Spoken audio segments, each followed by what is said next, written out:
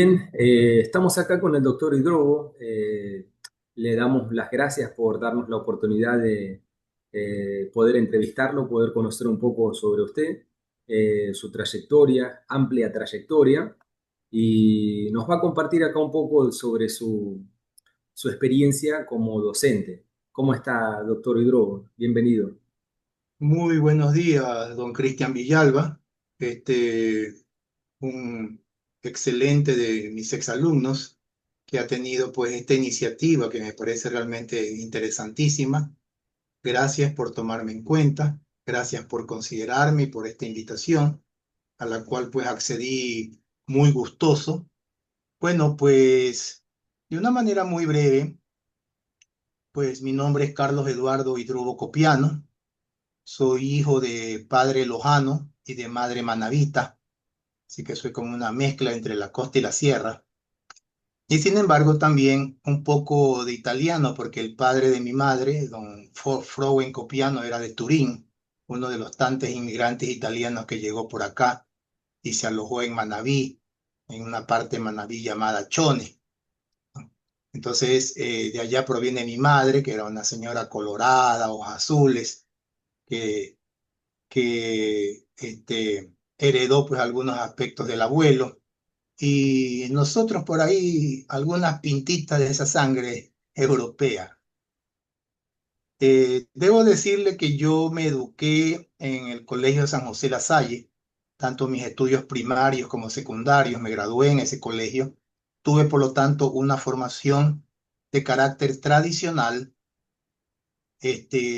muy buena, excelente educación de tipo religioso, porque los hermanos de la Salle, a pesar de no ser propiamente curas o sacerdotes, son una congregación creado por el hermano La Salle, un francés, que siendo laicos, o sea, porque no son curas, sacerdotes propiamente dichos, siendo laicos, ellos hacían un voto parecido al de los sacerdotes en el de dedicarse, en este caso ellos, solo a la educación, a la formación de la niñez y la juventud, obviamente bajo un marco católico, cristiano.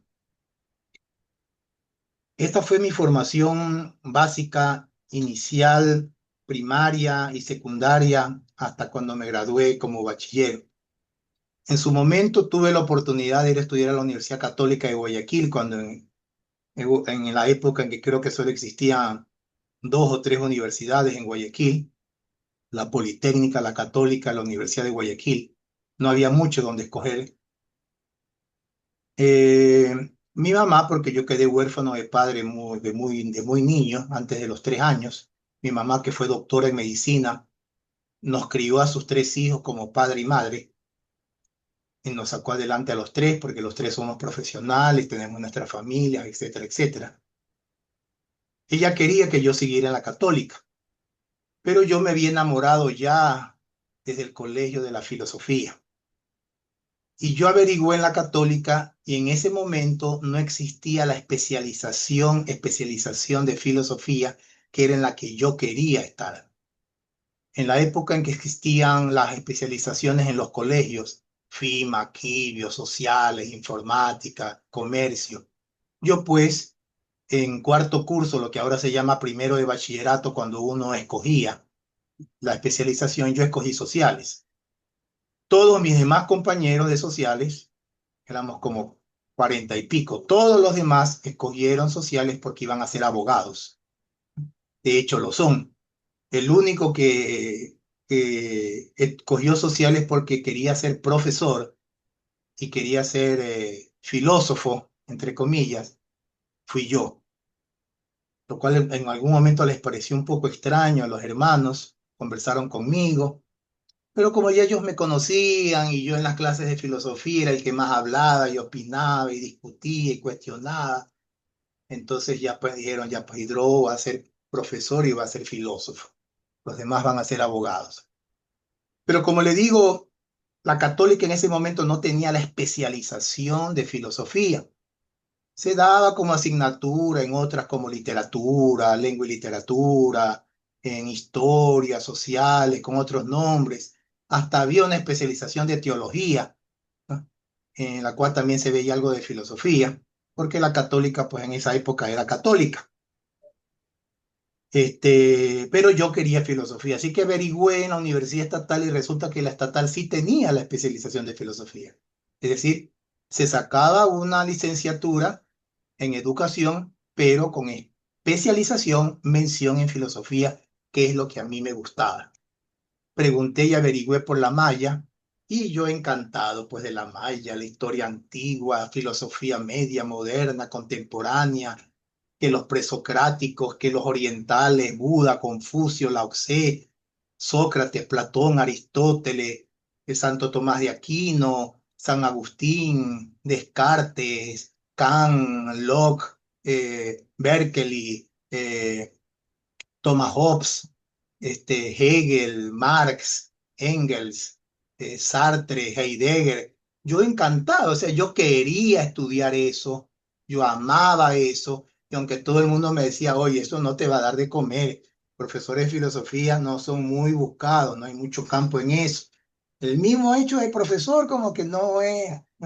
Pero yo no buscaba, a mí no me interesaba, nunca me interesó el dinero, ni las posesiones materiales, ni esto y lo otro. Yo quería ser feliz estudiando algo que me gustara. Y yo, desde niñito, yo sabía que iba a ser profesor. De hecho, yo jugaba con mis hermanos a la escuelita y yo era el profesor. A pesar de que no era el mayor, era el segundo, pero yo era el profesor. Ah, Toda mi vida me ha gustado aclarar, explicar, profundizar, corregir, ampliar, guiar en algo, en lo que pueda, en lo que haya podido, fuera de las aulas o dentro de las aulas, a quien sea que se cruce en mi camino. Alguna vez algún maestro me dijo, tú eres uno de los raros profesores de vocación, profesores que no están aquí porque no tienen a dónde ir. Había una época en que se decía peyorativamente, métete a estudiar algo, a trabajar en algo, aunque sea de profesor. O sea, como que el que ya no podía ya en otra cosa, se metía a ser profesor. Perdón. Pero yo decía, esta es una carrera muy noble y muy importante porque quien sea que vaya a estudiar y qué profesión vaya a tener, todos tienen que pasar por un aula de clase, todos tienen que pasar por algún profesor, por varios profesores y profesoras. Entonces no puede ser esto una carrera cualquiera, ¿no? Aquí estamos entendiendo mal esto. El sentido peyorativo de esa frase y todo lo demás, como que da a entender que esta profesión como que está para rellenar huecos o qué sé yo, pero todo ingeniero, arquitecto, abogado, economista, médico, alguna vez tiene que haber pasado por escuela, por colegio y hasta para universidad para poderse graduar. Tiene que haber tenido maestros y maestras a su cargo. Y con suerte, algunos de ellos tienen que haber sido buenos. Esta es una paradoja, ¿no? Pero que se da en toda la vida, ¿no? Hay buenos, mediocres y malos abogados. Hay buenos, excelentes, mediocres y malos médicos. Hay buenos, excelentes, mediocres y malos economistas. Hay excelentes, muy buenos, buenos, mediocres y malos ingenieros o arquitectos. Y también hay excelentes, muy buenos, buenos, mediocres y malos profesores. Pero eso no depende, ni ha dependido nunca, ni del colegio, ni de la escuela, ni de la universidad, ni de la facultad. Como siempre le digo a mis estudiantes, en el fondo, la clase de profesional que tú desees ser, siempre, siempre, siempre ha dependido y dependerá de ti. Tú eres quien terminas forjándote la clase de profesional que quieres ser. Tú te pones el techo, tú te pones el límite, tú sabes hasta dónde llegas. Entonces, hay estudiantes también súper buenos, excelentes, mediocres, buenos y malos. Y a veces el sistema, que antes era más estricto, en todos sus estamentos, el sistema, a veces por otras razones, por ejemplo, por sentidos de inclusión mal entendidos. O sea, en la inclusión no debe incluirse, valga la redundancia, la vagancia. En la inclusión no debe incluirse la irresponsabilidad. En la inclusión no debe incluirse eh, la corrupción académica, ¿no? Que es, por ejemplo, en el caso del estudiante copiar, ¿no? O pedirle, como ya veremos más adelante, a una inteligencia artificial que piense por él, argumente por él y haga el trabajo por él. Son cosas diferentes. Pero a veces el sistema, ya sea porque nosotros nos hemos vuelto, en vez de cualitativos, cuantitativos, y resulta de que mientras más alumnos tenemos y somos la más grande, la más gloriosa, la más importante, no, no nos importa la calidad de estudiantes que estamos promocionando. Algo que podría de entenderse tal vez en instituciones particulares donde cada uno paga su pensión. Eso ocurre y eso ha dañado muchos colegios, donde los colegios, por tener más alumnos y cada alumno es un cliente más que paga una pensión más, ¿no? No van a sacrificar, ¿no?, dos, tres, cuatro pensiones de dos, tres, cuatro muchachos malcriados por un profesor que les representa un sueldo. Más fácil es deshacerse del profesor y que los cuatro muchachos sigan adelante y se gradúen como sea. Son fallas de nuestro sistema, fallas en todo, en la concepción ideológica, en la parte moral, en la parte ética, en la parte académica educativa. Porque si yo pongo una institución educativa es porque quiero educar, pues, no me quiero hacer de plata, pues. Pero si yo pongo una institución educativa como que me pusieron puesto de hamburguesas, aún así debería preocuparme de la calidad de mi producto, porque obviamente si mis hamburguesas me salen buenas, tendré más clientes. Pero la calidad educativa hace de que de repente colegios, instituciones educativas de todo tipo terminen acogiendo los desechos de otras. Entonces tenemos estudiantes que han sido votados de una, dos, tres, cuatro instituciones hasta cuando llegan a una que sí les permite y les aguanta todo. Y pobrecitos los profesores y profesoras de esa institución, porque ellos van a tener que aguantar lo que los otros no aguantaron. Son realidades, no estoy hablando fantasías, son realidades de nuestra educación. Así que me metí a filosofía a estudiar y estudié ahí. En esa época no había semestres, era por años. Todas las carreras duraban 5 años y al cuarto año que tú terminabas la malla, la Facultad de Filosofía te daba un título que ahora ya no tiene cabida, validez, pero en una época sí lo tuvo, el título de profesor de segunda enseñanza. Ese título de profesor de segunda enseñanza se lo daba porque la Facultad de Filosofía se suponía que era la facultad forjadora de docentes para secundaria, porque en esa época sí existían como el Rita Lecumberri, las instituciones estas que formaban profesores, profesoras para ser profesores de escuela. Entonces, la persona que quería estudiar para ser profesor o profesora de escuela, ¿no? Ya me acordé, se metía en un normal. Habían algunos normales, así se llamaban, donde especialmente profesoras, mujeres, estudiaban y salían con el título de normalistas. Y esas profesoras eran las que se encargaban de ser especialmente maestras de lo que se llamaba en esa época primaria, que ahora nosotros le llamamos básica, ¿no? Básica inicial, básica media y todas esas cosas. Todos esos nombres y esos cambios vinieron en la época del gobierno del señor Correa, donde también se sacaron las especializaciones, se cambió por el BGU y se hicieron alguna serie de cambios también en la universidad, donde se sacaron especializaciones y carreras, entre ellas la de filosofía. Eh, Así, en lo vertical, sin ninguna argumentación, simplemente filosofía tiene 18 carreras, no, solo puede tener 8, las otras 10 se van. Ya, así, filosofía tiene un sistema superior de educación a distancia semipresencial, ¿no? Eso también se va. En muchas ocasiones fueron por razones políticas, más que educativas o académicas. En una época que no teníamos internet ni otra forma de llegar a nuestros estudiantes de provincias, que trabajando sábados y domingos en sistema semipresencial, los profesores íbamos a los centros a trabajar. ¿Ah?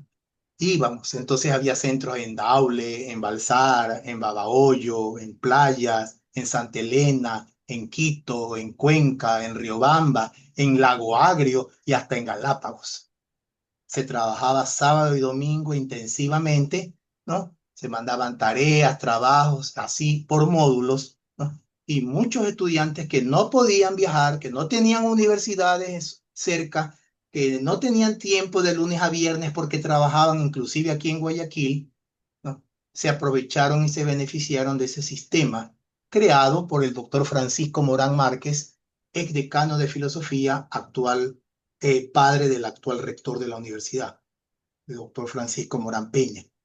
Pero por razones políticas, repito, que no vale la pena detenernos en ello, filosofía fue atacada, por así decirlo, ¿ya? Digámoslo así, fue atacada, quitándole académicamente 10 de sus 18 carreras presenciales y todo el sistema semipresencial a distancia. Solo porque en alguna ocasión, en 2 ocasiones seguidas, con votos de estudiantes de la Facultad de Filosofía, que era la más numerosa de la universidad, les ganamos a la lista del señor presidente de ese entonces, Rafael Correa. Eso, cualquiera que conozca un poco al señor Correa, hizo que el señor Correa pues nos cogiera odio y venganza, ¿no? Y nos mandó esa dedicatoria. Entonces, ahí salieron un montón de carreras que estaban totalmente autofinanciadas y tenían sentido, en la cual inclusive yo trabajé y fui su director, como la carrera de Filosofía y Ciencias Psicosociales. Y ahora, después de muchos años de haber hecho yo solito, porque me quedé sin profesores, yo solito haber hecho el anteproyecto y proyecto y esperar que nos suban el dedo y esperar el millón de filtros y que lo saquen del cajón donde lo tenían guardado. Parece que el próximo semestre ya regresa esa carrera con el nombre de carrera de Artes y Humanidades, Pedagogía de la Filosofía, eh, según lo que supe. Entonces, yo ahí me gradué, pues me dieron en cuarto curso el título de profesor de segunda enseñanza, luego seguí a quinto curso donde hice mi licenciatura y ahí tuve pues que sustentar mi proyecto, recuerdo que hice sobre el filósofo Nietzsche, Federico Nietzsche, y, me gradué siendo el mejor alumno de mi promoción, con lo cual obtuve también el premio Contenta de la facultad y de la Universidad de Guayaquil. En aquella época existía todavía la ayudantía de cátedra. Y como yo fui el mejor alumno de mi promoción, el decano me llamó y me dijo que si quería trabajar como ayudante de cátedra de uno de las grandes luminarias y los grandes maestros de la facultad, el doctor Manuel de J. Real Murillo, cuyo nombre ostenta el Salón de Honor de la facultad. Yo tuve el gusto y el honor de haber sido su estudiante los 2 últimos años de mi carrera, en cuarto y quinto curso. Y mi amor por la educación y la filosofía, porque con el doctor Real llegamos a ser muy amigos, y él que no tenía hijos, quiso ver en mí a su hijo intelectual. Eh, yo lo cogí ya también en los últimos años, sin embargo, muy lúcido, hombre inteligentísimo, y así fue como yo pude ingresar a la Facultad de Filosofía como ayudante de cátedra. Luego pasé como ayudante de cátedra estudiante, ayudante de cátedra contratado, seguí trabajando contratado unos años, por algunas razones políticas tuve que salir un tiempo, regresé nuevamente, apliqué mis méritos, se abrió un concurso de méritos y oposición, lo gané y terminé siendo profesor titular, primero auxiliar, luego agregado y finalmente como principal, que lo soy hasta ahora. He colaborado en Diario El Universo en distintas publicaciones como editorialista. Tengo algunos artículos científicos publicados, tengo un libro publicado en la Cámara Ecuatoriana del Libro y que reposa en el repositorio de la Universidad de Guayaquil en la Facultad de Filosofía. El libro se llama Filosofía, Teología y Axiología, relación entre el concepto de Dios y los valores humanos. Lo pueden buscar con mi nombre y el título, lo pueden hallar, está ahí en el repositorio virtual, inclusive de la biblioteca de la Facultad de Filosofía. Actualmente estoy trabajando en otro que ya casi lo tengo terminado, que es la filosofía y sus problemas. Así que si Dios me da tiempo, vida, salud y energía, posiblemente lo termine el próximo año también. Soy un hombre casado, felizmente casado. Me casé muy joven, a los 20 años, mi esposa de 19, y tuvimos hijos pronto, por eso también nos hicieron abuelos pronto.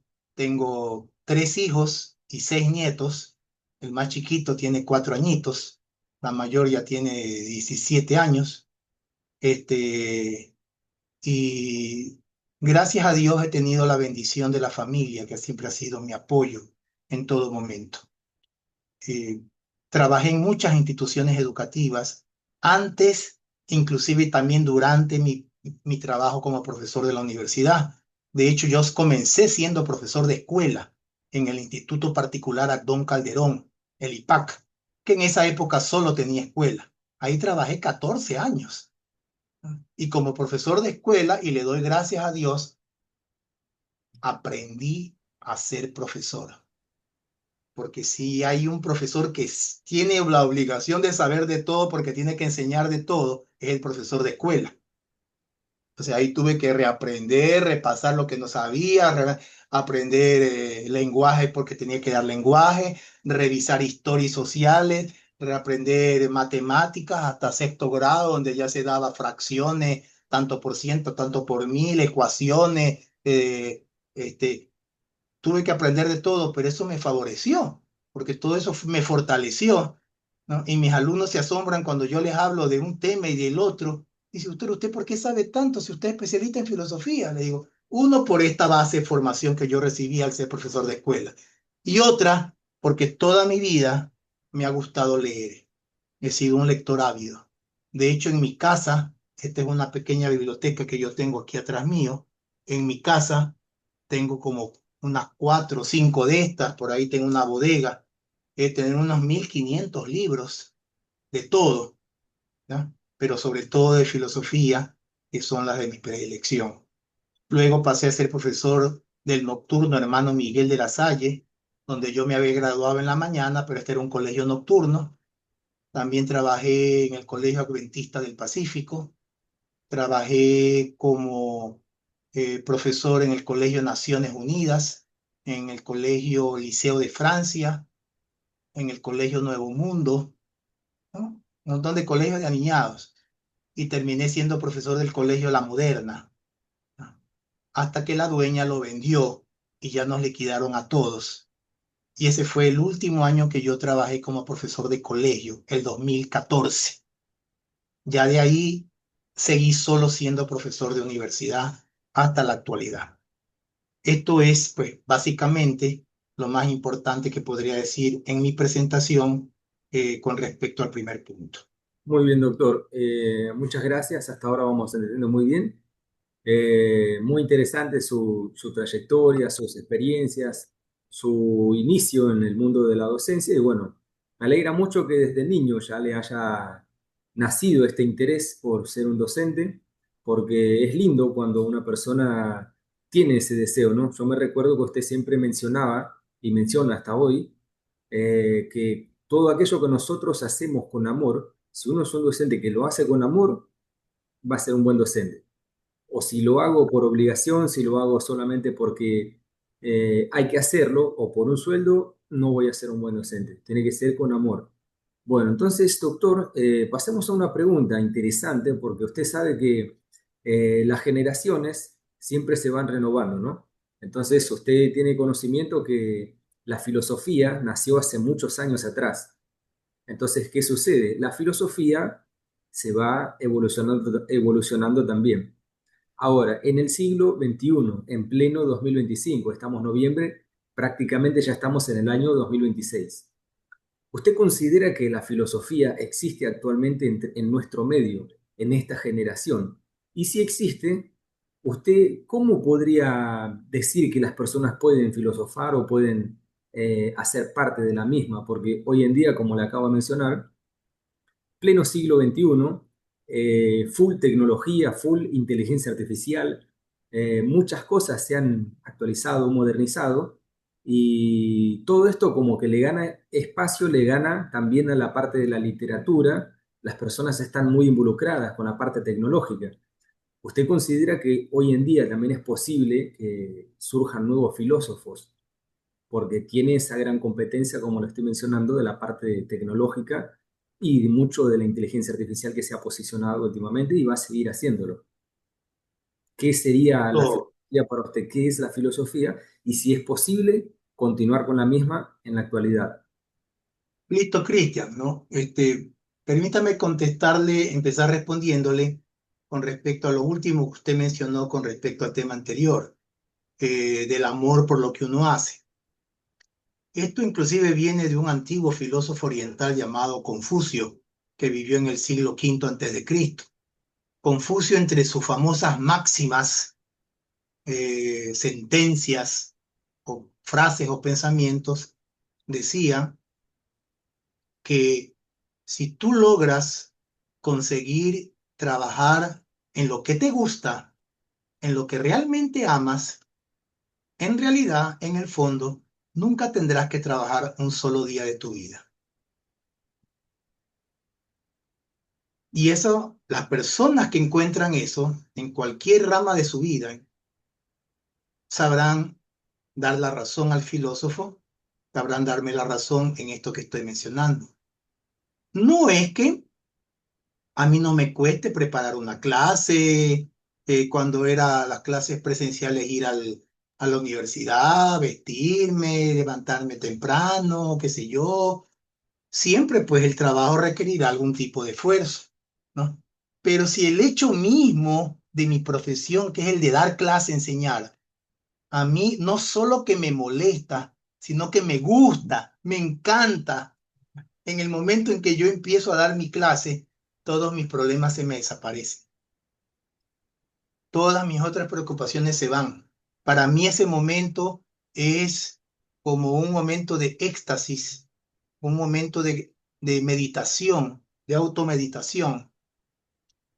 Y nunca me siento más útil, más provechoso, más feliz que cuando tengo un grupo de estudiantes que me escuchan, que me preguntan, que comentan, que reflexionan conmigo y que me dicen al final, excelente clase, profesor, la mejor clase que he recibido, excelente. Algunos hasta me escriben aparte, quieren consejos sobre su vida personal. Entonces, yo encuentro que ese es el sentido, en este caso de mi vida, por el cual yo, por lo menos a mí, nunca me causó molestia ni coraje de chuta, tengo que ir a dar clase, ya tengo que ir porque tengo que ir, ya no me queda otra.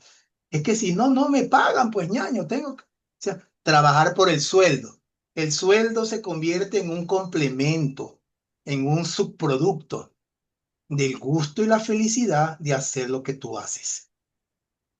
No entiendo, no entendería jamás a un profesor que porque no le pagan lo que él cree que debería ganar, entonces tampoco da lo mejor de sí. No, no, suavecito porque no me pagan. El día que me aumenten el sueldo, ahí doy algo más de mí. No puede ser. O sea, para mí eso sería una falta de ética profesional, ¿no? El sueldo lo necesitamos todos, ¿no? El dinero lo necesitamos todos porque vivimos en esta vida, ¿no? Hay que comer, hay que vivir, hay que mantener a la familia, hay que pagar las cuentas, por supuesto que sí.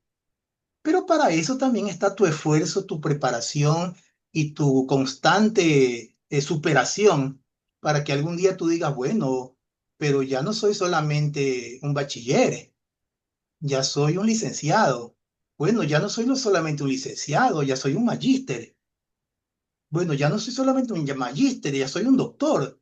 O sea, mis títulos, mi esfuerzo, mis cursos, mi aprendizaje, mi educación, mi currículo, solitos van a hablar por mí y me van a decir, no, pues a este señor, a este joven, con este currículo y todas las capacitaciones que tiene, no le podemos pagar el básico. O usted solito va a aplicar en un lugar donde el sueldo es muy superior al, al de otras partes. Porque también puede ocurrir, le digo, oiga, usted tiene un excelente currículo, pero lamentablemente por nuestra situación, nosotros somos una escuelita pobre, no tenemos para pagar mucho. Podría pasar eso. Pero si usted con ese currículo aplica a una universidad, a un instituto tecnológico, a un colegio que tiene capacidades para pagar más, hay colegios que están pagando 900, 1000 y pico de dólares a los profesores, mientras que hay otros que lo máximo que pueden pagar es el básico. Hay los nombramientos de profesores del fisco están ganando 1500. En la universidad, un profesor contratado a medio tiempo, solo 20 horas, entra con 1700. ¿No? Pero si yo quiero llegar a ganar 3000, 4000, también tengo que hacer los méritos, pues, para poder cumplir con ese propósito, ¿no? Pero en definitiva, esa que es la parte material económica, sigue siendo secundaria al gusto y al placer por hacer lo que a ti te gusta. Y eso no es canjeable, ¿no? Eso no es canjeable. Y se nota y se siente. Es una llama, como decía Sócrates. Y cuando el profesor le queda esa llama, puede tener 50, 60, 70 años, puede estar viejito, pero tiene esa llama, el alumno se da cuenta. El alumno lo percibe. El alumno se da cuenta quién es quién en el aula como su profesor. Y eso inclusive en todo, hasta en el respeto y la disciplina. Yo llegaba a un aula de clase que todo el mundo le tenía miedo en un colegio. Yo me paraba frente a ellos, no les decía nada, solo me cruzaba los brazos y me los quedaba mirando. Y todita esa clase de relajosos se quedaban poquito a poco. Oye, ya llegó Hidro, y así, ¿no? Y todo el mundo ahí. No es que me tenían miedo, me respetaban, porque yo me hacía respetar. Y yo sigo admitiendo eso hasta ahora, que hablan de la clase invertida, de que esto y que la inclusión y que esto. Discúlpeme, si no hay atención en una clase, no hay clase. Y para que haya atención, tiene que haber orden. Y para que haya orden, tiene que haber disciplina. Y si el profesor no logra atención, orden ni disciplina, él puede ser un genio en su materia, pero nadie le va a parar bola ni lo va a escuchar. Entonces podrá ser un sabelotodo, podrá ser un premio Nobel, pero como profesor se come la camisa. No sabe llegar al alumno, no sabe manejar grupos, no sabe hacerse respetar. La cuestión no es insultar ni pelearte con el alumno ni tratarlo mal, sino saber hacerte respetar sin necesidad de gritar ni faltarle el respeto a nadie. Pero eso sí, tampoco permitiendo que te lo falten a ti. Estas son normas sine qua non en la educación. Vengan los que vengan con las novelerías de las nuevas, este, que el otro, que usted viene, va a un aula que tiene una pizarra inteligente, ya que estamos hablando de tecnología. Tiene proyector, tiene la computadora, tiene las diapositivas, tiene videos, tiene aire acondicionado, tiene maravillas en esa aula. Pero usted no sabe, profesor, no sabe ser profesor, usted no sabe su materia, no sabe cómo llegar a sus alumnos. Todo eso son solo entretenimientos para el estudiante. El buen profesor, como decía Sócrates, hasta debajo de un árbol y parado en una roca puedo dar clase. Se fue la luz, se fue el internet. Dios mío, y ahora las diapositivas y todo. Discúlpeme, aquí tienen que estar las diapositivas. Aquí tiene que estar el conocimiento. No es que se me fue el internet, me quedé sin saber nada que decir porque solamente iba a leer las condenadas diapositivas. No puede ser. Y las ganas, el corazón, la llama, el deseo tienen que estar aquí. Aquí. Entonces el profesor tiene que ser mente cerebro y corazón. Puede estar hasta enfermo físicamente, pero mientras esté sano, lúcido intelectualmente y tenga todavía la llama en él, seguirá siendo un excelente profesor, un excelente maestro o maestra. Y de ese tipo de profesores, todos alguna vez en nuestra vida hemos tenido la suerte de tenerlos. Profesores o profesoras en escuela, en colegio, universidad. Todos tenemos algún momento, si, oye, ¿tuviste alguna maestra que la recuerdes en la escuela? Sí, la señorita fulana de tal. ¿No? ¿Tuviste algún gran maestro en el colegio? Sí, el que nos daba historia, el que nos daba matemática, el que nos daba... ¿Tuviste algún gran profesor o gran maestra en la universidad? Sí, la máster fulana de tal, el doctor sutano de tal, sí, sí tuve.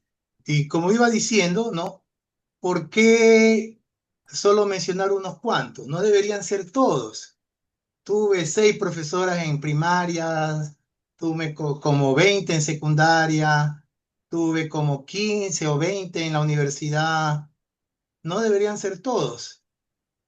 Sí, deberían ser todos. Entonces, ¿por qué usted hace mención que uno que otro? Por la razón de la vocación, la razón de la preparación, la razón del mismo espíritu o estado de ánimo del docente y su relación con sus estudiantes. Yo puedo parecer muy serio y algunos cuando recién me conocen dicen, uy, este señor parece bravo. ¿No? Pero ya a medida que me conocen y ven que les hago chiste, que los hago reír, pero también los hago pensar y reflexionar, ¿no? Se van encariñando con esta persona. ¿No? Y eso no es algo gratuito, ¿no? Es algo, en primer lugar, natural porque yo no finjo. Yo soy como soy. Pero obviamente me he ido puliendo para ir quitando mis partes malas que las he tenido y las tengo, e ir perfeccionando y mejorando las buenas. ¿No? Esto de la profesión, cualquiera que ésta sea, de la vida misma, como persona, todos estamos en un constante proceso de aprendizaje. Entonces me dicen, ¿cuándo se termina de estudiar o de aprender? Nunca, nunca. Aprendemos y aprendemos y nos perfeccionamos y nos mejoramos, o también a veces nos empeoramos, dependiendo de nosotros, hasta el último día de nuestras vidas. Y quién sabe si después de fallecidos, de otra manera, en otro plano, en otra dimensión, sigamos con este perfeccionamiento. No sabemos, ¿no? La filosofía nos permite especular aún sobre aquello que no podemos comprobar. Entonces, em, la calidad de la educación no gira alrededor de lo artificial.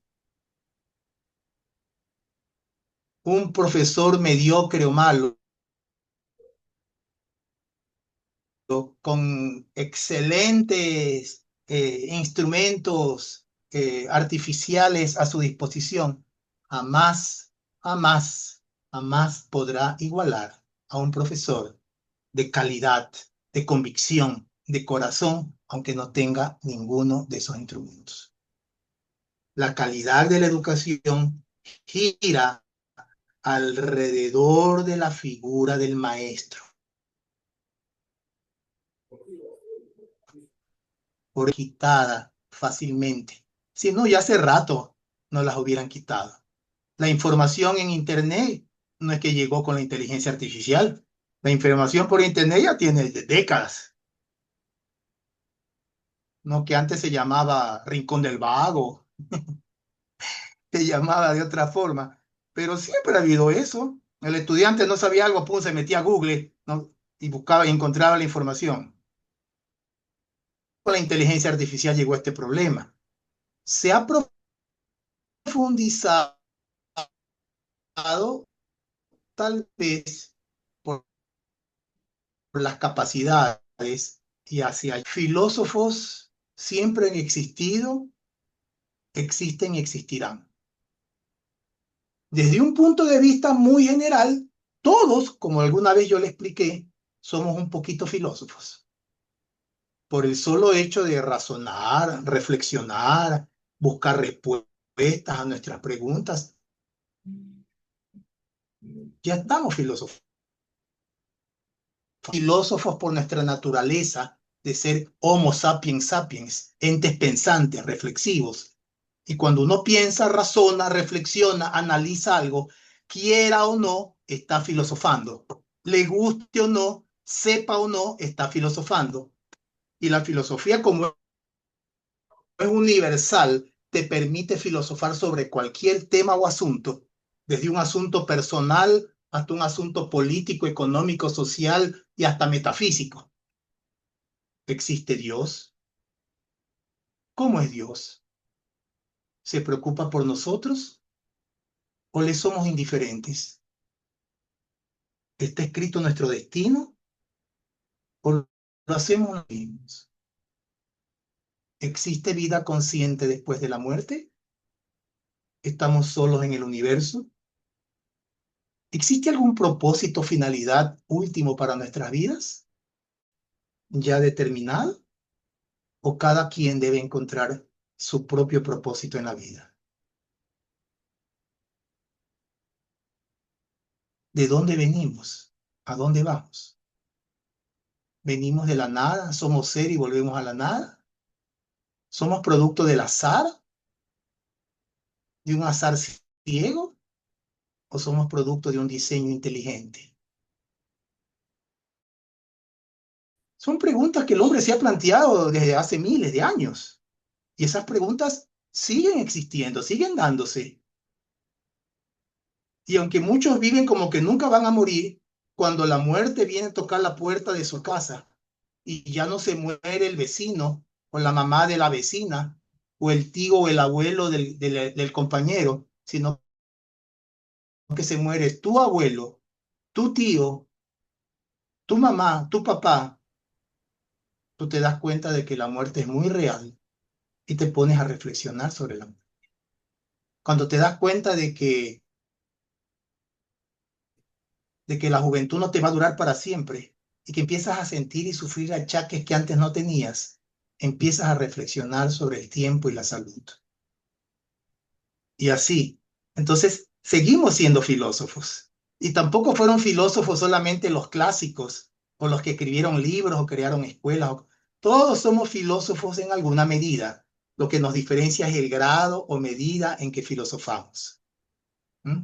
Porque todos no piensan igual, todos no tienen los mismos intereses, todos no tienen el mismo nivel de preparación y educación, ni el nivel de experiencia. Se supone que una persona que ha vivido más tiene más temas sobre el cual filosofar que el que ha vivido menos. Si tú has viajado mucho, tienes mucho más que filosofar sobre el que nunca ha salido de su pueblo. Un abuelo se supone que tiene el triple de vida que su nieto, tiene mucho más que filosofar sobre todas las experiencias de su vida que el otro que recién está empezando. Y si te es una persona que te has dedicado a estudiar cada libro, cada PDF, cada página de web, cada cosa que tú hayas estudiado y aprendido, te abre más el campo de conocimiento y te aumenta el nivel, porque ahora puedes filosofar sobre algo que no conocías antes. Esa es otra. En educación hay gente que dice ahora, no, que la memoria, que nada que ver, que toda la reflexión. Discúlpeme, sin la memoria no fuéramos nada. Si no fuera por la memoria, usted no sabría ni quién es, ni sabría reconocer ni quiénes son sus seres queridos, como en el Alzheimer. Ni cuando sale de su trabajo, dice, ¿y dónde es que yo vivo? Sin la memoria, un pueblo no es nada. Y su historia, un pueblo sin historia, sin memoria. Y en conocimientos igual.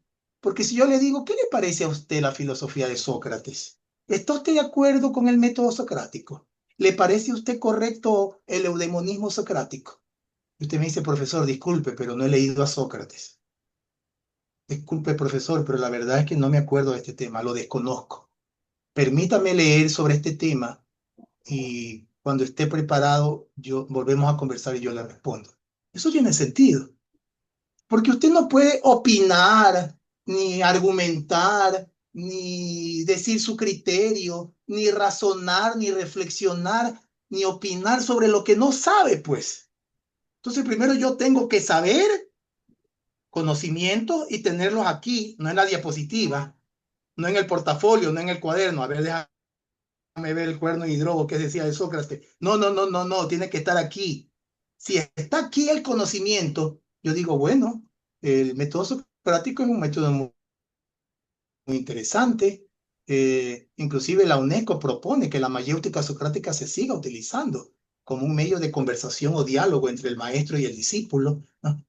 Si yo tengo en mi mente el conocimiento, yo puedo argumentar, razonar, opinar, todo, porque tengo la información en mi memoria. ¿Cómo que la memoria no vale?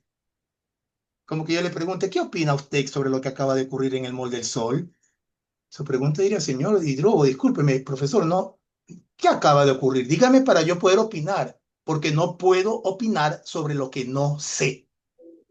Entonces, ese criterio de que la memoria no vale, que tal, la reflexión, el razonamiento y la opinión y el criterio se basan sobre los contenidos que usted tiene en su memoria.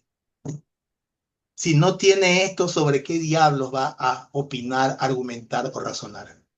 Según uno de los mitos de la nueva educación.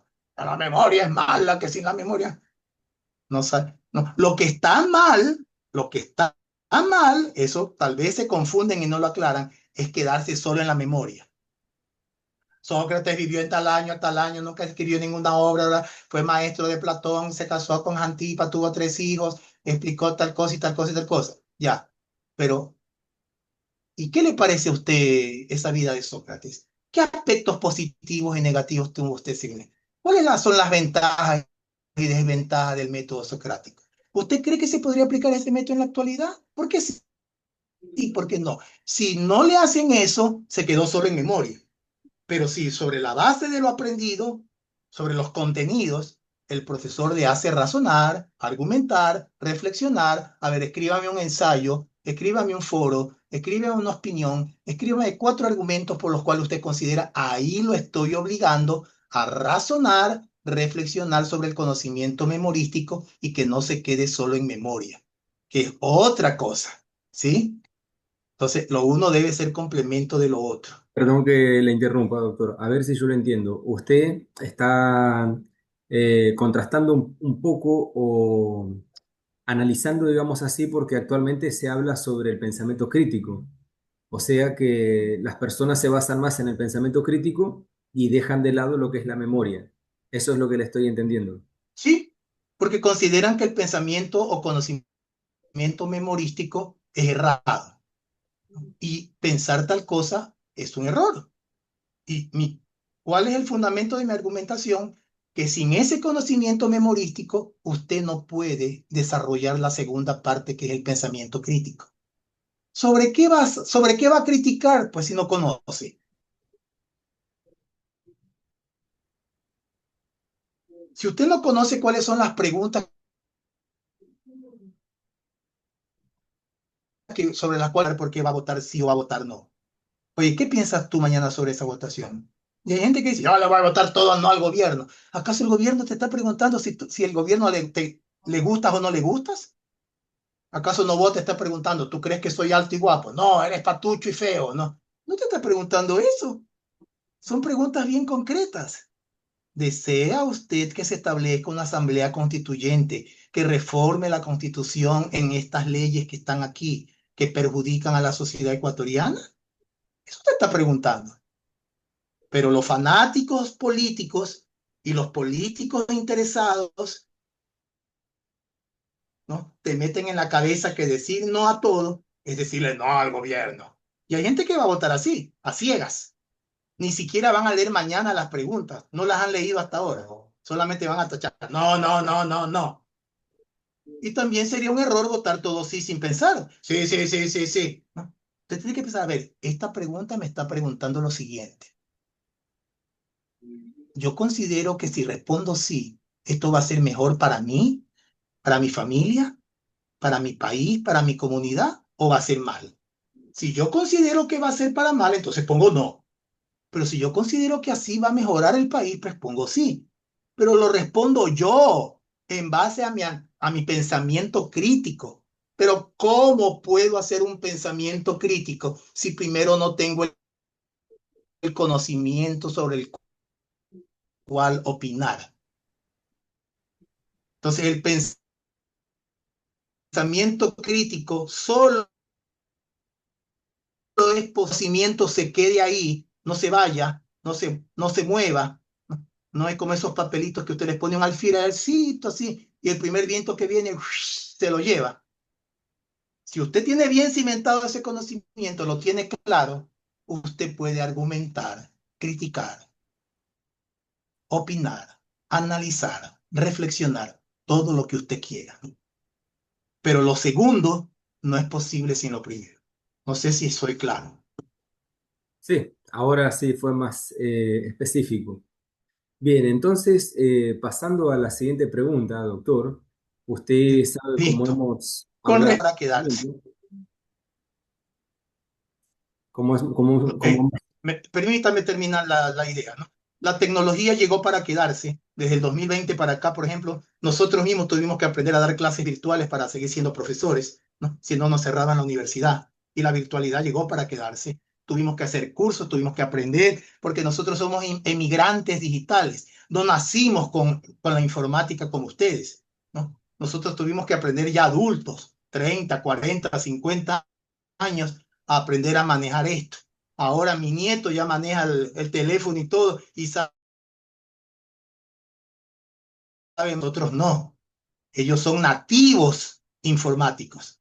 Nosotros, pasados los 50, somos emigrantes digitales. Llegamos al mundo digital sin saber leer ni escribir y tuvimos que aprender sobre el camino, sobre la marcha. ¿Ya?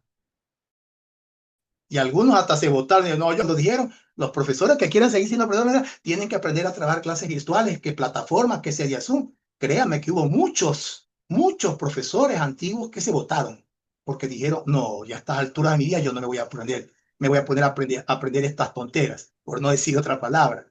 Y se votaron. Solo los valientes nos quedamos y aprendiendo ahí, y moneando y preguntando a nuestros hijos, nuestros sobrinos, aprendimos sobre la marcha. Entonces, la tecnología llegó para quedarse. La inteligencia artificial llegó para quedarse. ¿Por qué yo considero que no nos puede reemplazar?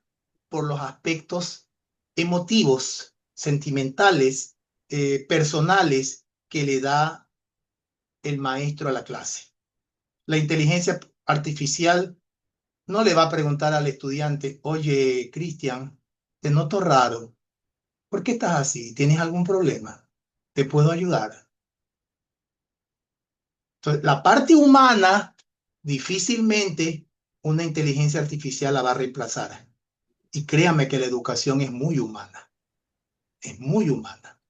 Una educación que no sea humanista puede tener toda la tecnología del mundo y no va a funcionar. Segundo, tampoco es que es el demonio, ¿no? Uy, la inteligencia artificial, uy, solo sirve para copiar. No es verdad. La inteligencia artificial te puede servir y te sirve para ayudarte en el proceso del desarrollo de tu conocimiento. Como consulta, lo que estaría mal es que tú le digas, inteligencia artificial, ayúdame por favor, ¿de qué se trata el tema de la dialéctica marxista y hegeliana? Ya, te explico. La dialéctica, ta, ta, ta, ta, ta, ta, ta, ta, ta, ta. Y yo leyendo eso, después de enterarme, yo cojo, ya, ahora sí, voy a hacer mi ensayo, pero lo hago yo, con mis ideas, mis razonamientos, mis argumentos. Pero si yo le digo, inteligencia artificial, hazme un ensayo, por favor, sobre este tema que no tenga más de 500 palabras en formato APA 7, con tales y tales detalles, que se mencione esto y esto. Y aparte, hazme, por favor, unas 4 diapositivas que expliquen el tema, con colores amarillo, azul y rojo, que tenga también imágenes y todo, ¿ya?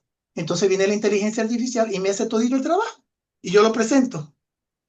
Entonces, allí está mal, porque eso en primer lugar se llama deshonestidad académica.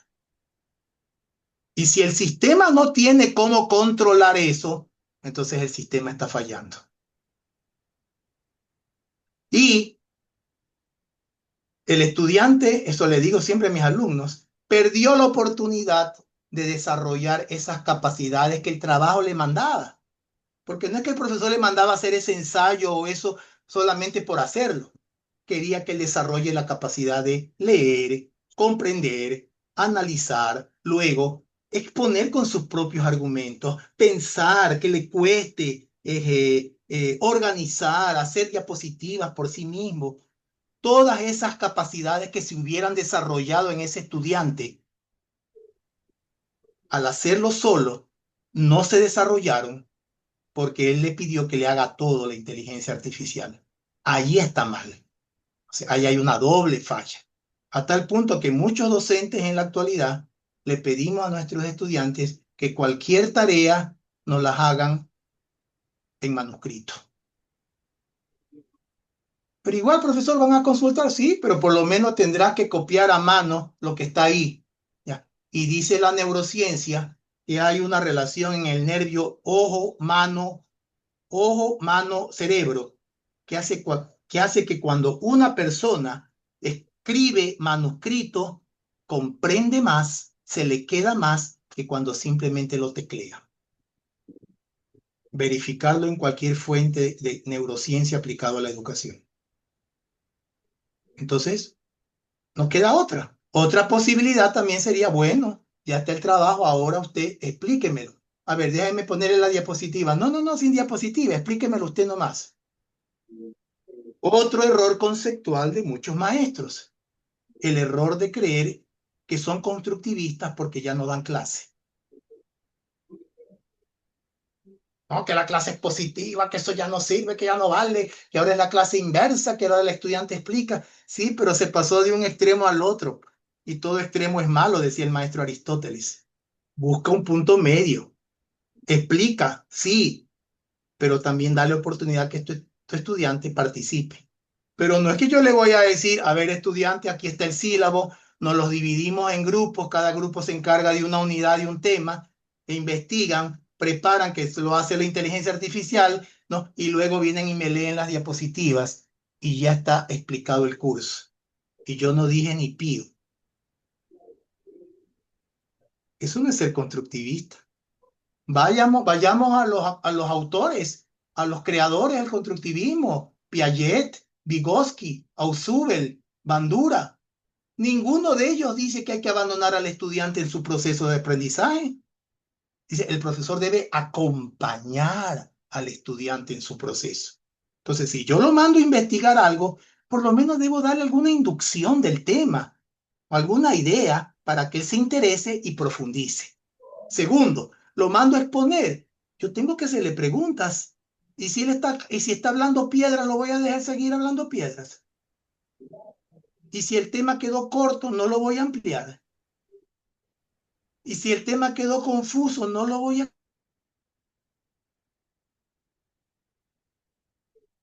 aclarar. Profesores que dicen, ya, siguiente, el que sigue, dijo, y la capital del Ecuador es Guayaquil, que ya, bueno, siga. No puede ser.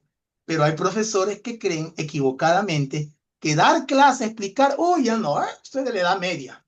Ahora todos los alumnos explican clase y ellos rascándose el ombligo, bien, gracias. Eso no es constructivismo, discúlpeme, eso es comodismo y también es falta de ética profesional. Porque aunque me tocara, si yo acepto dar por necesidad una materia que no es de mi dominio, ya me responsabilidad aceptarla. Yo me meto a aprender, pues, me preparo. No me voy a parar delante o sentar delante de un montón de alumnos sin saber de la materia. Y si me toca uno que sabe más que yo o que sí ha leído y me deja en vergüenza, entonces es un error pensar que el profesor debe dejarle todo el peso del aprendizaje al estudiante, ¿no? Eso es un error. Y la clase no es constructivista porque solo el alumno explica y el profesor ya no. Eso es otro gravísimo error que se comete hoy en día hasta en la universidad.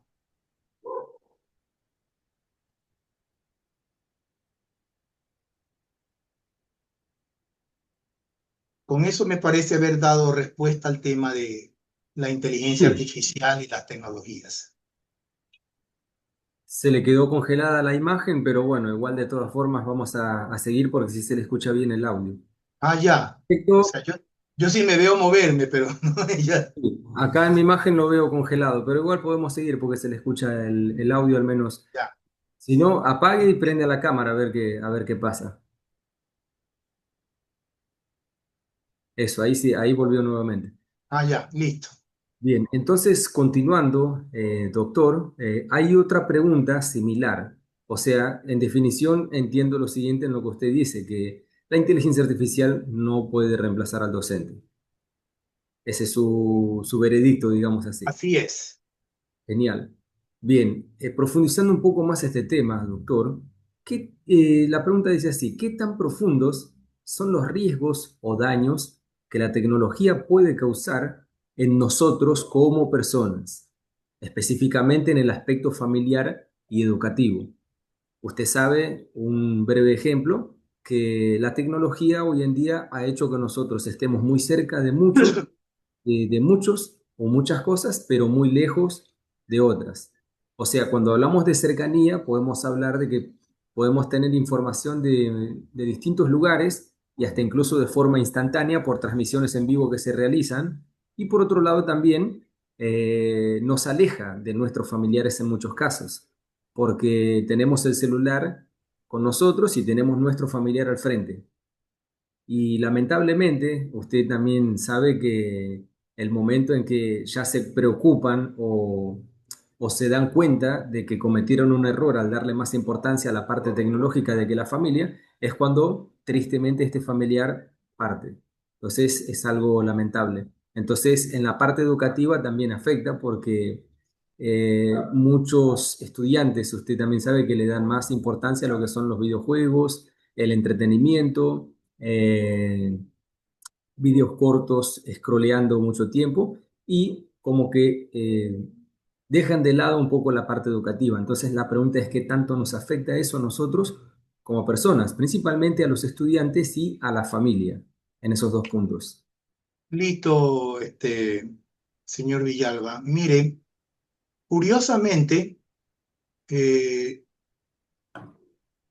el mes pasado terminamos un curso, los profesores, los docentes de la universidad, sobre este tema, los estragos que causa la tecnología mal utilizada en los docentes, en las personas, en la familia, etcétera. Y ahí se decía algo pues muy claro, que el uso y abuso de esta tecnología, de hecho, ya está provocando desde hace tiempo una serie de malestares y enfermedades psicológicas y físicas a las personas, ¿ya? Problemas físicos, posturales, problemas cervicales, lumbares por estar tanto tiempo sentado, problemas en los cuales el profesor a veces por terminar de todas las planificaciones y de todas las actividades que tiene, ni siquiera se deja el sábado y el domingo para él y su familia, sino que pasa metido en la computadora en su trabajo todo el tiempo. El famoso scrolling del celular, es casi como un vicio, un hábito que la persona, en la cual la persona mataperrea, como decíamos antiguamente a su tiempo, y no se da cuenta de cómo se le pasan los minutos, las horas y la vida en eso. Porque yo le digo, bueno, yo también podría aprovechar ese tiempo, ¿sabe qué? El otro día vi un documental sobre la antigua Sumeria, ¿no? Voy a buscar sobre Sumeria. Esto es distinto porque lo estoy utilizando para aprender, para investigar, para estudiar. Te voy a ver cómo va este asunto de Trump y Venezuela, el mundo internacional de la política. A ver, eso es otra cosa. Pero estar en una red social ahí, y que dijo fulano, y en eso me pongo a pelear, a insultarme con el correísta de allá, o porque yo soy MLecita me pongo a pelearme con el de Barcelona, o el de Barcelona con el de Liga. nos pasamos el tiempo en tonterías y no nos damos cuenta que se nos pasa la vida. Entonces, ese uso y abuso de la tecnología, especialmente en redes sociales, ahí nos decían que hay medios artificiales también que nos permiten bloquear algunas de estas cosas, ponerle ciertos límites. Usted puede meterse a configuración y decir y pedir que no le manden noticias eh, de tales o cuales fuentes. Restringir la comunicación solamente con ciertas personas. Que no se le llene su celular de un montón de personas desconocidas que le mandan esto, de publicidades, de comercio. Hay formas o maneras, porque hay personas que ponen ¿no? Ponen este aparatito de aquí de tal forma que, que les llama la atención, les tienen una alarma. Tirín, uy, ¿qué pasó? No, almacenes tal cualtito, te manda que por aquí, que por allá. Tililín, fulana de tal, chiste tal cosa, tal cosa. Tililín, pero todas esas no han de ser prioridad uno, importancia para que tú todas las tengas ahí y que te tengan ahí pegado al teléfono todo el día. Entonces váyase configuración y restrinja un montón de estas cosas. Mire, la misma tecnología nos enseñaban estas personas, tiene sus medios de controlar esto. Lo que pasa es que muchos no lo saben, ¿ya? O no sé, pues si haya otros que no tengan una vida y esa sea su vida, lo cual sería terriblemente triste. Pero en todo caso, eh, hay formas o maneras, desde tecnológicas hasta personales, donde tú puedes decir, en la mesa, prohibido el celular. Vamos a sentarnos a comer y conversar cómo nos ha ido el día, cómo hemos estado. No es posible que estemos 4, 6, 8 personas en la mesa y cada uno con su aparato ignorando al otro, ¿no? Tanto que esperamos la Navidad y todo el mundo en Navidad con su teléfono ahí, ¿no? Todo el mundo con el teléfono en el 31, hasta cuando suena 31, abrazo, felicidad, y después todo el mundo otra vez con el teléfono ahí, ¿no? Eso es un despropósito de vida, ¿no? Hagan algún juego, alguna actividad familiar, personal, pero para que usted vea hasta qué punto, ¿no? Nos ha deshumanizado esto y ese es el mayor riesgo, ¿no? El mayor riesgo es ese. Entonces el abuelo puede estar enfermo en su cuarto. Hola abuelo, feliz Navidad, feliz año. Y me fui otra vez. Y en vez de sentarme a conversar con él, que no sé cuándo va a partir, me pongo a mataperrear el tiempo con el celular, viendo, leyendo o hablando con personas que ni las conozco físicamente. Un montón de amigos, no, 1.800, 2.000, 4.500 amigos. ¿Y cuántos de esos conoces? A 10. Eso es como ser rico en Monopolio.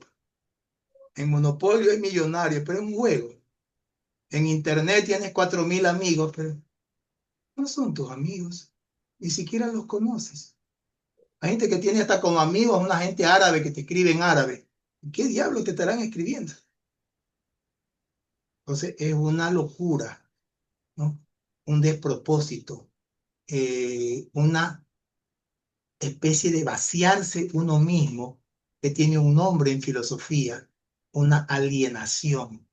Estamos alienados, alienados en el sentido vaciados de nosotros mismos y dándole valor a otras cosas externas que no nos corresponden o no son nosotros.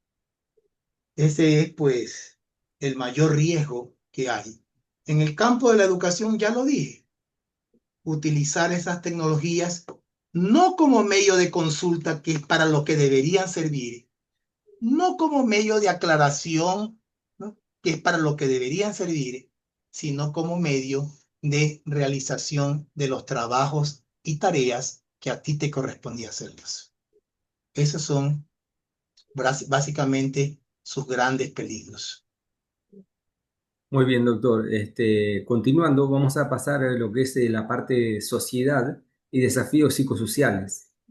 Dice así, a menudo se etiqueta a la generación actual como la generación de cristal. Usted sabe que el cristal es algo frágil, algo débil, algo sensible, que tiene que ser tratado cuidadosamente y de forma delicada. Entonces, desde su perspectiva, según su perspectiva, ¿cuál considera usted que es una de las mayores decadencias o quizá el mayor desafío que sufre la juventud de hoy? Listo. Yo soy partidario y lo sigo siendo y lo sigo enseñando así a mis estudiantes, muchos de los cuales ya son padres jóvenes. Tengo muchas estudiantes, madres solteras, que ya son mamás, y les digo siempre lo mismo, una verdad sine qua non en educación. Primero, no es lo mismo educación que instrucción, y ese es uno de los errores que cometemos. La gente cree que educarse es solo instruirse, e instruirse es solo llenarse de conocimientos.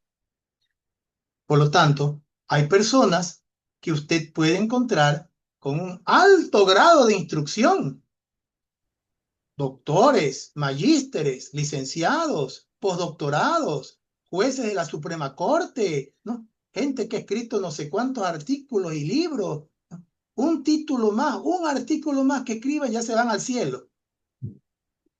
Pero en cambio, son maleducados, no saludan cuando llegan, no responden el saludo, no saben sentarse, no saben taparse la boca cuando bostezan, no saben tratar a los demás, no tienen educación. Entonces, profesor, ¿qué es la educación? La educación es un proceso de formación del ser humano, un proceso de formación de la personalidad humana, del carácter humano. Los psicólogos dicen que nuestra personalidad es nuestra forma o manera de ser, que es como la cara que presentamos al mundo externo, pero que esa personalidad tiene dos raíces. La una es el temperamento y la otra es el carácter. Y el temperamento es la parte de su personalidad que es heredada, que vino de alguna forma, los rasgos psicológicos, mentales, ¿no? Vino en esa parte llamada temperamento, en sus mismos genes, en los cromosomas que usted heredó de sus padres, sus abuelos, etcétera. O sea que nosotros no solamente heredamos la parte física, no. Usted no solamente hereda el color de los ojos de su padre o madre o su abuelo, el color de su cabello, la piel, la estatura, la contextura, el largo de la nariz, no. Usted también hereda rasgos psicológicos. Mm. Por eso es que hay hasta enfermedades mentales que son hereditarias. Mm. Hay una gran probabilidad que una madre esquizofrénica dé a luz a un hijo o una hija que terminará siendo esquizofrénica.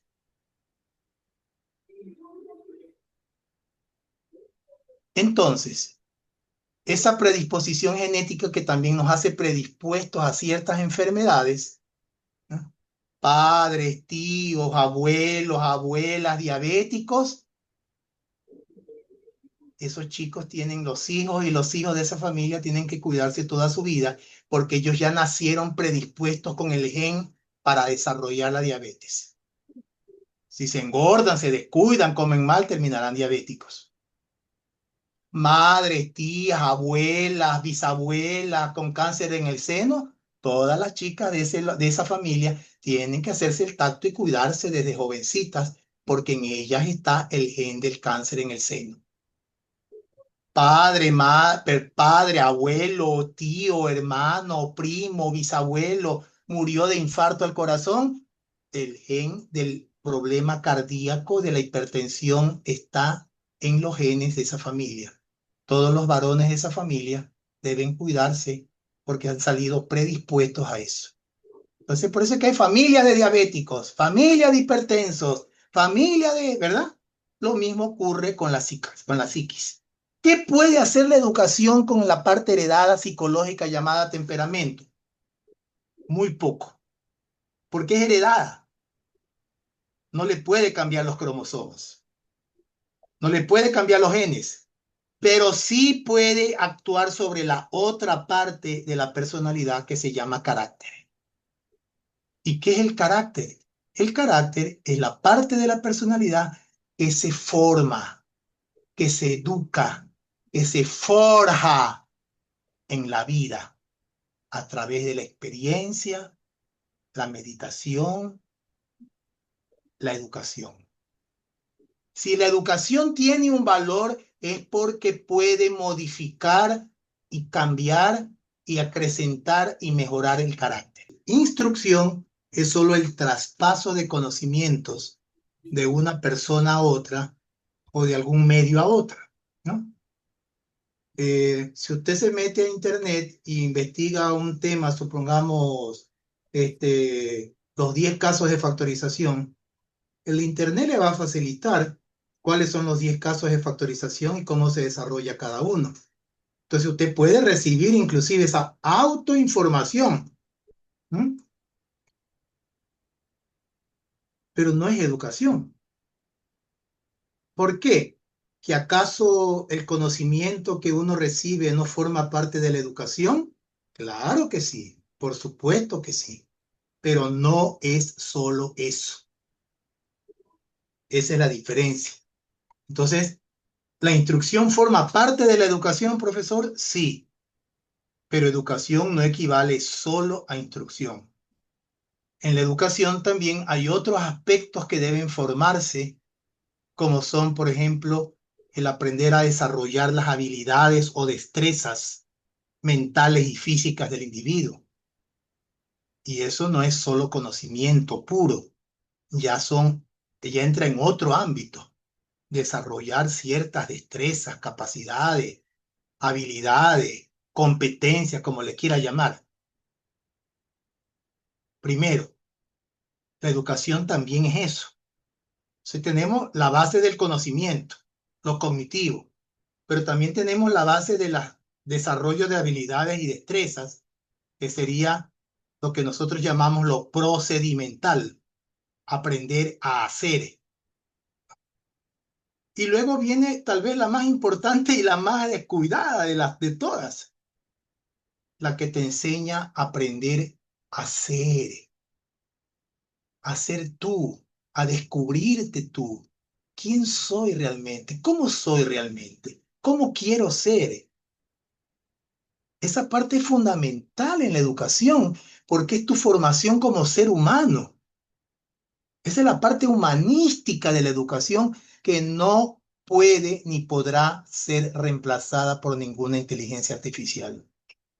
Ahí debe acudir otro ser humano, porque lo humano no puede pasar de máquina a humano, debe pasar de humano a humano.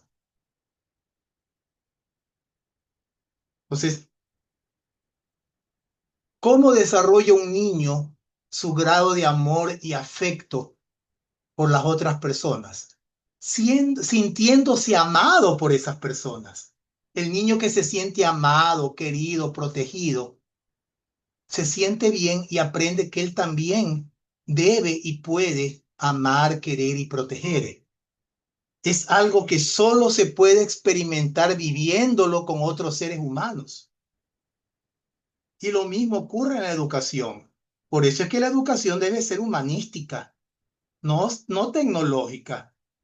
La tecnología es un aditamento, es una ayuda, un complemento, mas no un reemplazo de la educación verdadera, que es eminentemente humana y humanística.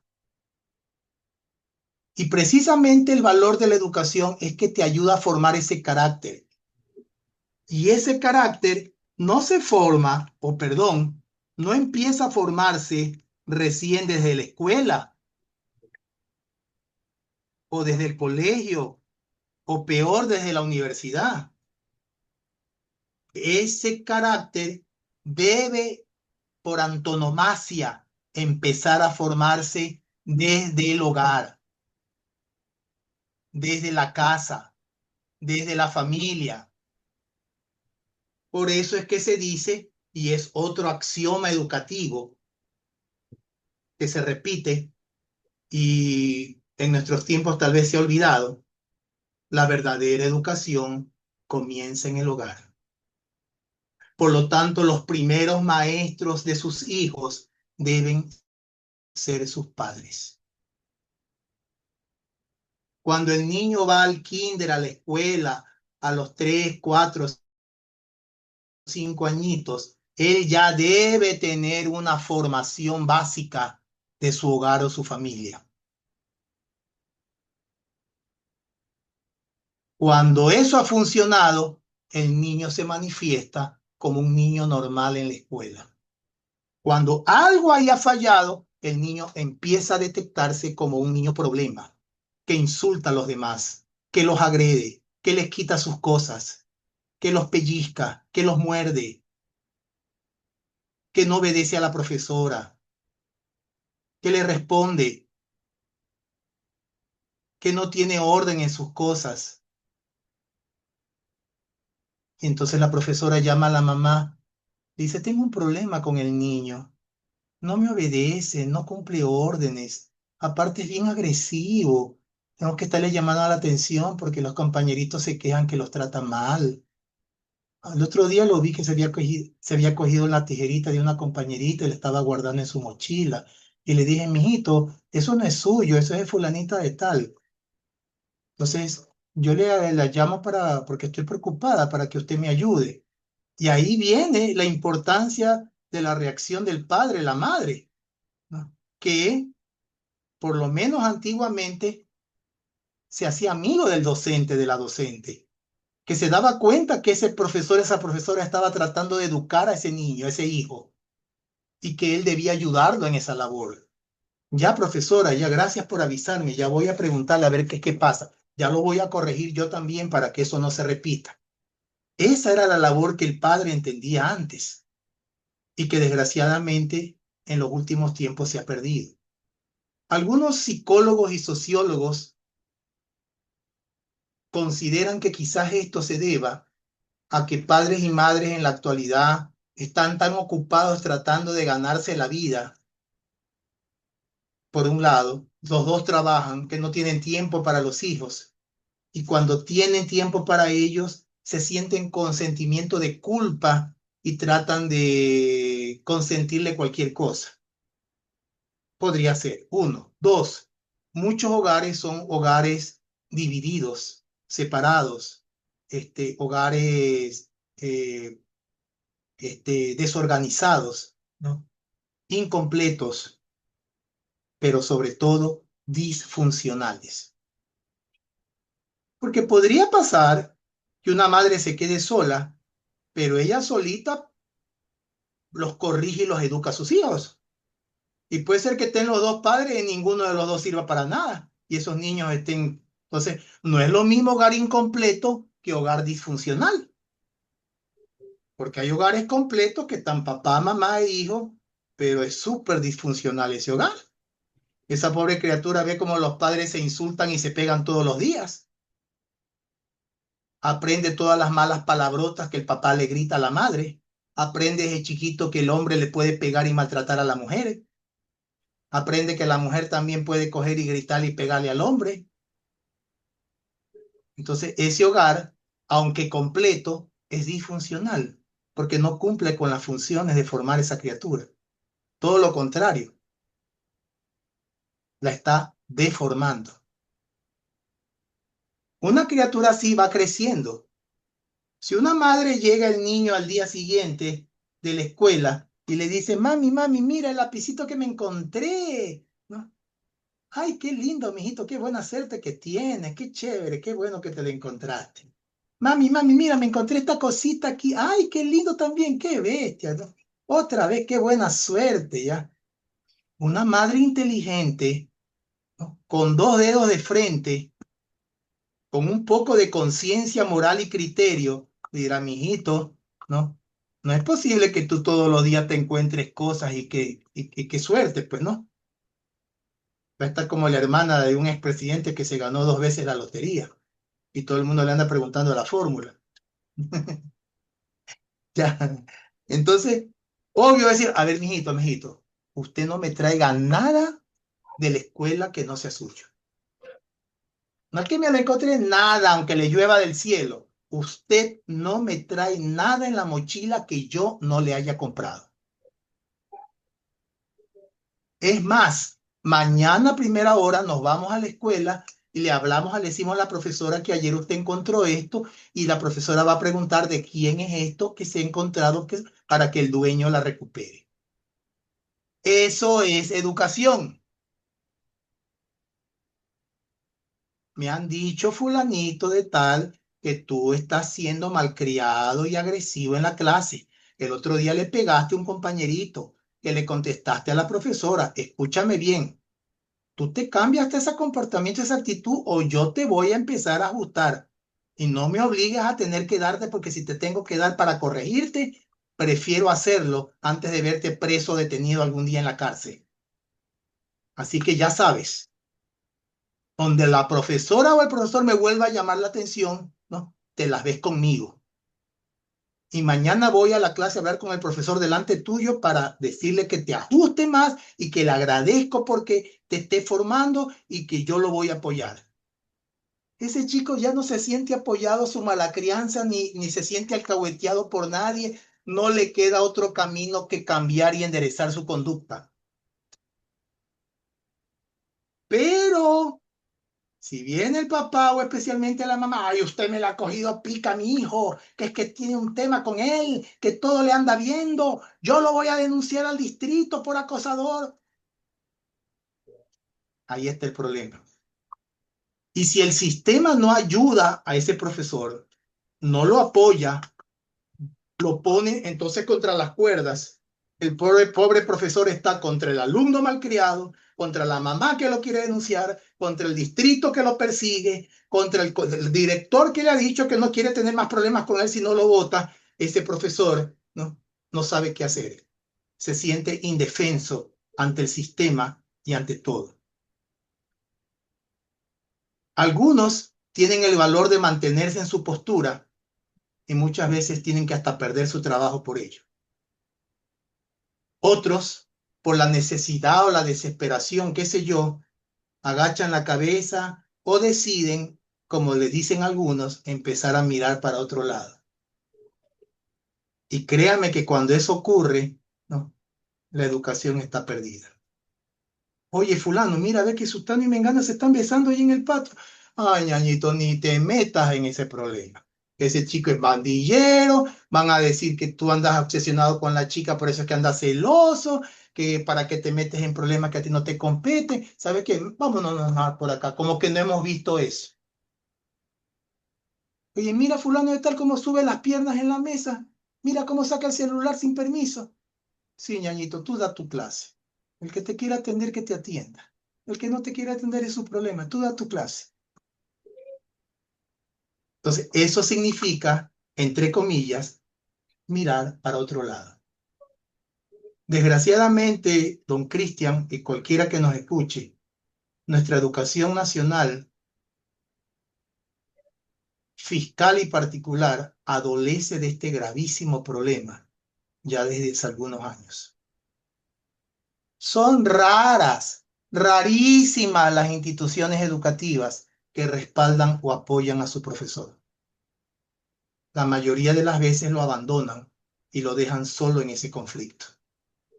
Entonces, muchos profesores optan por la medida, mira para otro lado. Y cuando el profesor mira para otro lado, es como la mujer que sabe que el marido le está poniendo los cuernos y no dice nada porque no quiere perderlo. O viceversa. O el trabajador sabe que lo están estafando y no le están pagando lo que le corresponde de acuerdo a su contrato, pero por miedo a reclamar que le vayan a botar del trabajo no reclama nada. Entonces, cuando usted acepta las injusticias y no reclama por ellas y porque no se siente respaldado, qué sé yo, usted ha entrado en decadencia, en depresión, en cansancio, en fatiga. Usted ha entrado en derrota. se siente derrotado porque no puede ser el tipo o clase de profesor que quisiera ser. Y eso es terrible para la educación.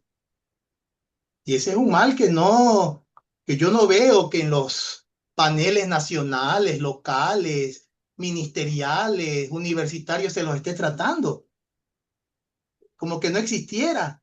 Todo el mundo se tapa los ojos y como que no sabe de eso. Y eso es algo sobre lo cual debe tratarse, debe ponerse en el tapete. ¿Por qué el sistema en general, social, familiar, político, educativo, gubernamental, por qué no apoya al maestro, a la maestra en su función, en su trabajo? Y desde ya yo lo invito a usted, señor Villalba, para que más adelante usted crea necesario promover en algún momento un diálogo abierto, en la universidad, qué sé yo, en la carrera, ¿no? Donde podamos hablar sobre este tema, ¿no? Que sería interesantísimo. Y sería bueno que, pues, en vez de tenernos a cada rato desfilando con uniformes deportivos y dando vueltas a parques, nos tengan discutiendo y hablando sobre asuntos que confieren, que tienen que ver mucho con la educación. Es una lástima esta realidad, pero los que saben, saben que yo no estoy inventando nada. Es una triste, tristísima realidad.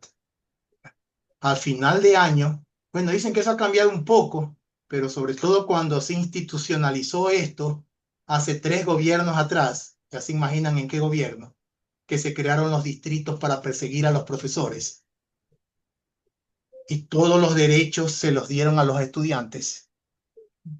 Entonces pasamos del Magister Dixis al Alumnus Dixis. Y ahora el maestro ya no es la autoridad en la clase, sino el alumno. Y si el profesor a ese alumno que no le ha presentado nada, que no ha hecho nada, que no estudia, que nunca ha presentado ninguna tarea, ¿no? Le pone lo que le tiene que poner, 0, 0, 1, 0, 2. Uy, lo llaman a consejo directivo, lo llaman a rectorado, viene la representante del distrito. ¿Y usted qué ha hecho por esta criatura? ¿Qué ha hecho usted por sacar adelante a este niño? Señora, en primer lugar, este niño tiene 17 años, ya no es un niño.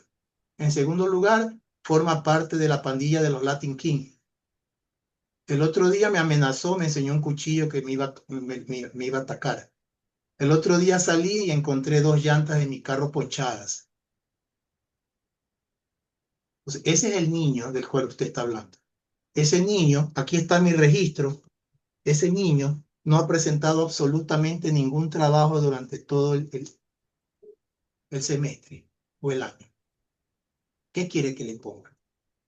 A ver, pero ¿qué acciones tomó usted? Y si tiene evidencia de esas acciones, ¿a qué se refiere? Si ese alumno ni viene a clase. Y usted cuando él veía, usted cuando sabía que él no venía a clase, y iba usted a visitarlo a su casa a ver qué sucede y preguntarle a su familia. Señora, ese chico vive en un barrio marginal, donde Cristo dio las 3 voces y nadie lo escuchó. Donde se acuestan 2 y amanecen 4 porque lo amanecen partidos por la mitad. Una vez me atreví a ir, no, me vacunaron de ida y me vacunaron de salida. ¿Y qué evidencia quiere? ¿Quiere que lleve mi celular para que tomar fotos de la evidencia? ¿Y usted cree que me van a dejar ir y regresar con mi celular? Traté de hablar con la madre y el padre, me insultaron, me dijeron hasta de aquí me iba a morir. Pero usted tiene que evidenciar, profesor, que usted ha hecho algo por este estudiante. Si no, desgraciadamente, va a usted tener que recibir una sanción. Sanción por dejar a un muchacho que no ha presentado nada, ni tiene nada, ni le importa nada, para el cual se crearon hasta 4 exámenes para que no se quede.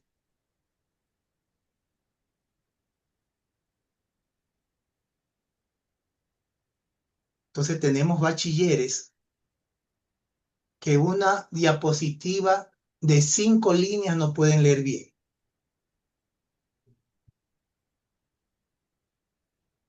que nunca han leído en su vida más de 10 líneas. El profesor le manda a leer un PDF de 20 páginas. ¿Qué va a leerse las 20 páginas? Ni una se la lee. No sabe ni leer. No tiene comprensión lectora. No sabe analizar. Pensamiento crítico. No me haga reír. Si ni siquiera sabe leer en voz alta, lectura mecánica. Se le enreda la lengua. Si la vea como un niño de 7 años.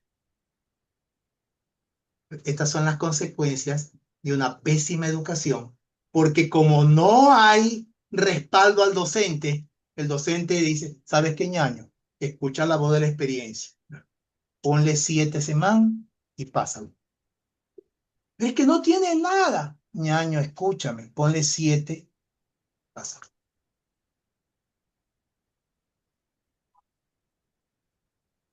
¿Usted cree que yo estoy inventando algo? Vaya y Es la pregúntele a pura ver. realidad, es la verdad. ¿Ah? Entonces, esos chicos pasan y pasan, décimo, primero, segundo, tercero, bachilleres de la República, entran a la universidad se encuentran con facilismos iguales, pero la universidad ya tiene otra responsabilidad. Cuidado, señor rector, cuidado, miembros del consejo universitario, del consejo directivo, cuidado, CENESID, cuidado, CES, porque la universidad tiene la responsabilidad de sacar, de lanzar a la sociedad profesionales. A mí me daría miedo, ¿no? Después de 10, 15 o 20 años, que gracias a Dios posiblemente ya estaré muerto, tener que hacerme ver de un médico que todo lo que sabe se lo hizo la inteligencia artificial. Que me haga la casa un ingeniero, un arquitecto, que todos los planos se lo hacía la inteligencia artificial.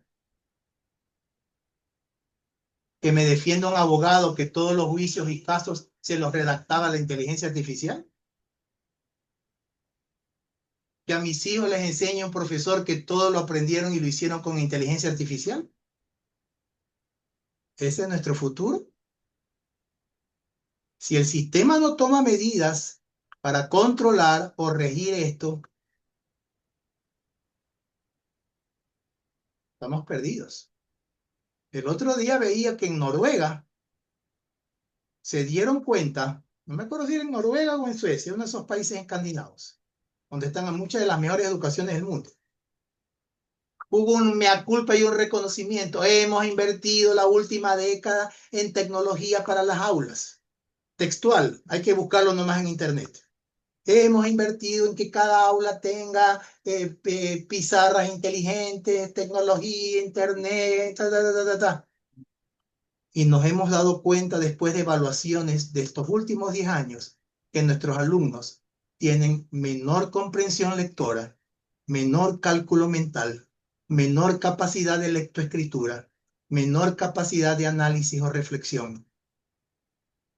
El otro día leí en Francia que decía, se impone la necesidad de volver a la lectura oral, a la escritura, a la copia y al dictado en clase para que el niño aprenda a desarrollar su motricidad fina y aprenda a tomar notas dictado y que sepa copiar de un lado a otro, ¿no? Tenemos que volver al cálculo mental para que el niño desarrolle su pensamiento lógico matemático. Tenemos que volver a enseñarle normas de conducta. Debe volver la ética y la moral a la escuela y al colegio. Tenemos que enseñarle otra vez cívica para que aprenda a amar su patria. En Europa están preocupadísimos porque la influencia musulmana prácticamente los devora. Y recién están despertando asustados, porque los musulmanes, siendo emigrantes, ahora ellos les quieren imponer sus costumbres a los países donde están llegando, donde han llegado. Entonces ahora la chica francesa, inglesa o alemana que está con el cabello suelto, de repente tiene que ver como un grupo de estos forajidos musulmanes van y le ponen un manto en el cabello y dicen, tápate la cabeza, que ofendes a Alá. ¿Acaso estoy en Irán, Irak o en Afganistán? Estoy en París, estoy en Londres, estoy en Ámsterdam, estoy en Múnich, estoy en Berlín. Sí, pero ahora nosotros somos más aquí. Ahorita hay ese conflicto en Europa. Otro día la primera ministra italiana les dijo, ustedes no quieren ver una cruz, váyanse a su país. Ustedes quieren cerrar la iglesia cristiana, váyanse a su país. Ustedes quieren obligar a las mujeres a ponerse un trapo encima, váyanse a su país, pero ustedes no nos pueden obligar a que nosotros adoptemos su cultura. Es una lucha para que usted vea cómo están las cosas. Dicen que todo esto de lo LGTB, el otro día le decía a una persona de este grupo, si sabes tú que apoyas a la causa palestina y a los árabes, ¿no? Que si de ellos dependieran, te matarían a ti y a todo tu grupo. Si sabes eso, ¿no? Se me quedó. Anda y averigua qué piensan los musulmanes sobre el homosexualismo, sobre que te percibas esto o aquello. Anda, sobre la mujer. A ti que te gusta hablar y que eres empoderada, anda a ver si en el mundo musulmán te van a dejar hablar. Entonces es una mezcla media rara de gente que no sabe ni por qué está unida, solo por su odio a Occidente y a la familia tradicional y a los valores tradicionales. Eso es lo único que los une, aunque en el fondo estén metidos ahí comunistas que por principio son ateos. Un comunista tiene que ser ateo porque el marxismo es ateo. Entonces, ¿cómo pueden estar unidos los comunistas con los musulmanes que creen en Alá? Los musulmanes unidos con los LGTB, siendo una regla musulmana que la homosexualidad es un pecado y que deben ser muertos y asesinados y destruidos. Y ahí están funcionando juntos en esa extraña agenda, simplemente con el único propósito común de su odio a los valores occidentales, a la familia occidental y a sus tradiciones. Hombre, mujer, marido, mujer, hijos, escuela. ¿Por qué no pueden vivir sus vidas de acuerdo a lo que ellos sienten y son en sus países? Y por último, se van a otro país, respeten la cultura de ese país, pero no la quieran cambiar. Bueno, esa ideología, de una forma u otra, aunque usted no me crea, llegó a la educación con el nombre bonito, con el nombre elegante de inclusión. Lo extraño es que esas personas que piensan así o sienten así, que son libres de pensar y sentir lo que quieran, quieren que las incluyan, pero en cambio ellos no lo incluyen a usted ni a mí. Quieren ellos que respeten sus posturas y sus creencias, pero ellos no respetan las nuestras.